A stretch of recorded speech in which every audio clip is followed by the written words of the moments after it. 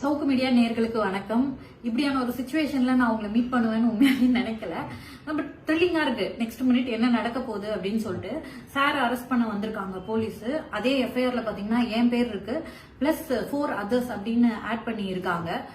மொத்தம் 20 எஃப்ஐஆர் பெண்டிங்ல இருக்கு அப்படின்றதுனால கிட்டத்தட்ட 3-4 மாசம் வெளியே வர முடியாது. அதனாலதான் இன்னைக்கு சனிக்கிழமை ஹைகோர்ட் லீவா இருக்க நாள்ல பார்த்து கைது பண்ண வந்திருக்காங்க.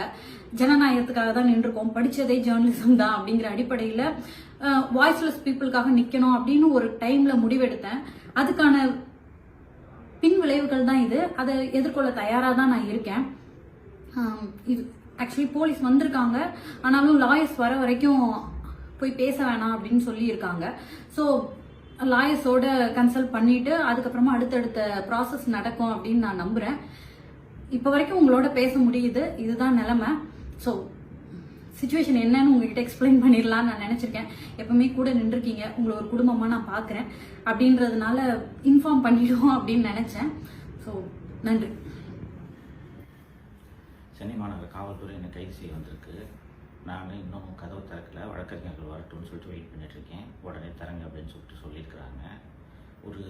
ஒரு மாதம் முன்னாடி அக்டோபர் எண்டில் ஒரு சம்மன் ஒன்று வந்துச்சு ஆலம்பாக்கம் ஸ்டேஷன்லேருந்து, நீங்கள் இந்த வழக்குக்கு வாங்க அப்படின்னு சொல்லிட்டு. அது என்ன வழக்கு அப்படின்ட்டு எடுத்து பார்த்தா, ரெட் அண்ட் ஃபாலோ அப்படின்ட்டு ஒரு படத்தோட தயாரிப்பாளர் புருஷோத்தமன் என்பவர்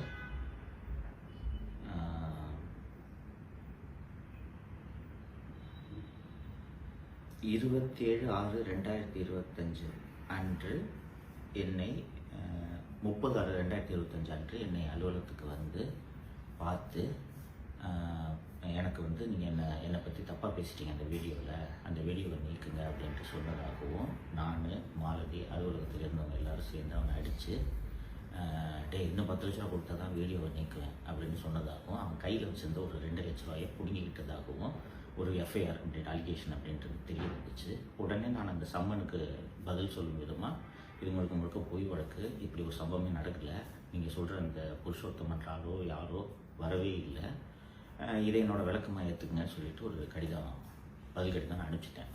நவம்பர் 1 அன்னைக்கு நான் அந்த ரிப்ளை அனுப்பிச்சிருக்கேன். அதுக்கப்புறம் இது வரைக்கும் எந்த விதமான ஆக்ஷனும் போலீஸ் சைட்லேருந்து இல்லை. நேற்று நைட்டு சென்னை மாநகர காவல்துறை ஆணையர் திரு அருண் அவர்கள் பினாமி நிறுவனத்தின் மூலம் ஏகப்பட்ட முதலீடுகளை செய்திருக்கிறார் என்ற விவரங்களை வெளியிட்டதும் விடிகாத்தாலே இதே வழக்கில் கைது செய்யறதுக்கு வந்திருக்கிறாங்க. வழக்கறிஞர்கள் வந்த பிறகு தான் கதவை திறக்க முடியும், வெயிட் பண்ணுங்கன்னு சொல்லியிருக்கேன். இவங்களுக்கான அப்டேட்.